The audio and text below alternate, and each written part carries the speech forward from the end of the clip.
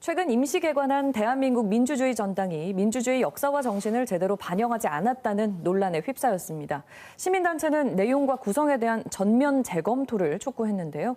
오늘 이슈 대담에서 민주항쟁 정신 계승 시민단체 연대회 류조환 상임대표 모시고 자세한 얘기 나눠보는 시간 마련했습니다. 대표님 어서 오십시오. 네, 반갑습니다. 네, 대한민국 민주주의 전당이 지난 10일에 임시 개관했습니다. 네. 이름에 걸맞지 않게 구성됐다는 지적이 있었습니다. 구체적으로 어떤 부분들이 논란이 됐을까요?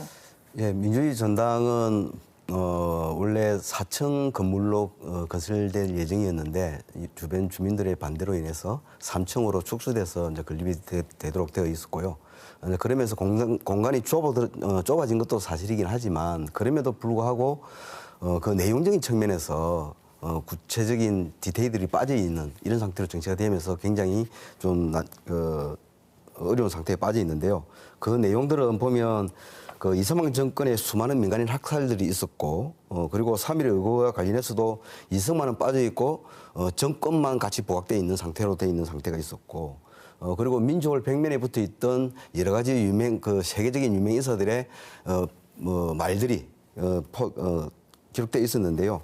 사실 대한민국 민주주의 전당에 우리나라 민주주의를 위해서 싸웠던 희생됐던 수많은 분들이 남겼던 좋은 말들도 많음에도 불구하고 사실 그런 문구만 채워져 있어서 굉장히 어려운 상태에 빠져 있습니다.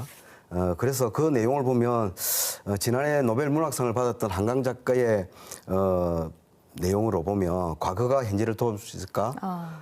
죽은 사람이 산 사람을 구할 수 있을까라는 이런 내용들은 지난 12.3 내란 사태를 두고도 굉장히 회자된 내용임에도 불구하고 이러한 내용이 아닌 내용으로 구성되어 있어서 굉장히 가슴이 아픈 이런 실정입니다. 여러모로 좀 아쉬움이 많으시군요.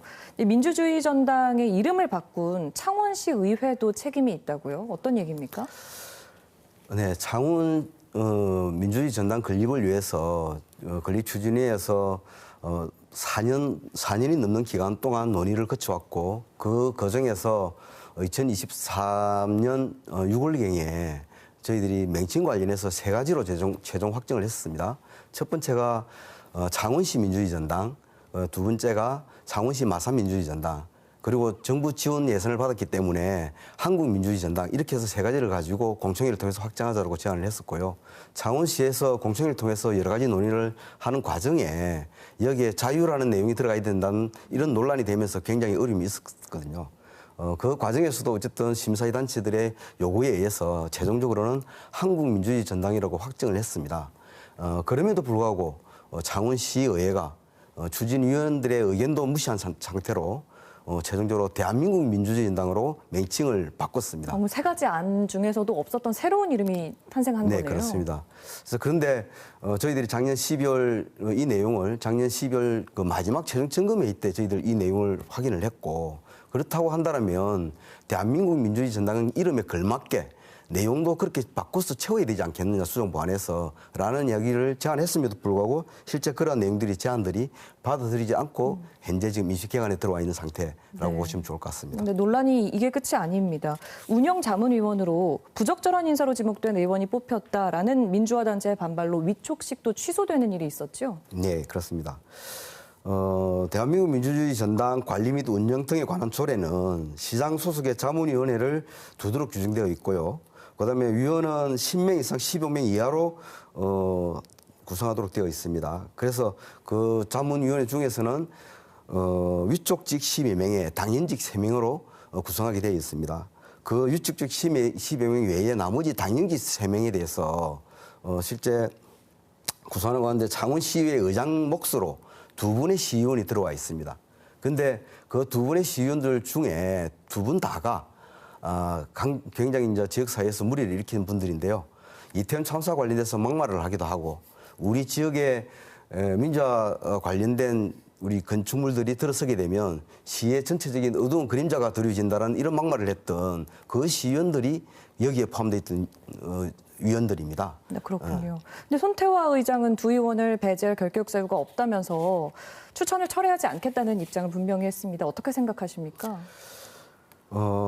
물론 그 손태화 시의장께서도 관련된 내용으로 기자회견을 했고 그 내용에는 보면 이 두 분을 합리적인 예를 들면 운영위를 위해서 추천을 했다.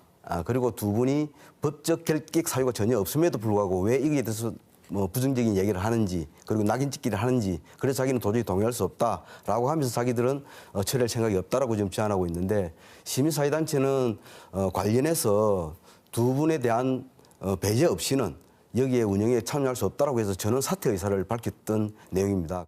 일단 창원시에서는 문제로 지적된 여러 가지 부분 중에 수용할 수 있는 부분은 수용하겠다라고 이야기를 했습니다. 어떻게 바로 잡아야 한다고 보십니까? 지금 현재 창원시에는 시장이 공백 상태에 있는 상태에서 담당자들이 수정할 부분은 수정하겠다고 하지만 이미 예산이 없는 상태 그리고 책임자가 없는 상태에서 수정할 수는 없을 거라고 보고요. 단지 그냥 이후에 시간이 허락되고 그다음에 예산이 확보되면 일부 수정을 해 들어가겠다라는 건데 그러면 개공을 하고 나서 모든 우리 전국적인 예를 들면 시민사회단체들이 우리 국민들이 와서 이 내용들을 확인한 상태에서 그것을 뒤에 후적인 예를 들면 뭐 보완을 한다는 것은 저희들은 인정할 수도 없고 그렇게 됐을 경우에 모든 예를 들면 불입함들이 계속될 수밖에 없는 상황이어서 시민사회단체들은 여기에 대해서 적극적으로 반대하고 있는 상태입니다. 네, 이름에 걸맞은 내용과 구성으로 시민들을 당당하게 좀 맞이할 수 있기를 바라보겠습니다. 오늘 말씀 잘 들었습니다.